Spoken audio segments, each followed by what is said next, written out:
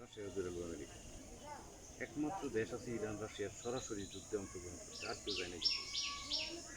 পৃথিবীর মধ্যে একমাত্র দেশ রাশিয়ার সাপোর্ট করছে সরাসরি আর্মস দিয়ে। দ্বিতীয় কেউ নাই। রাশিয়া চাইব না তার এই বন্ধু নষ্ট হয়ে যায়, বুঝছেন না? বুঝেন না?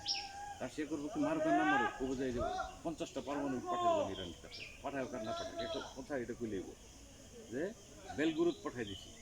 বেলগুরুদ ইরানের এই সমুদ্র অঞ্চলে এইটুক কইলেই আমেরিকা পাতলা বাগান দেবে।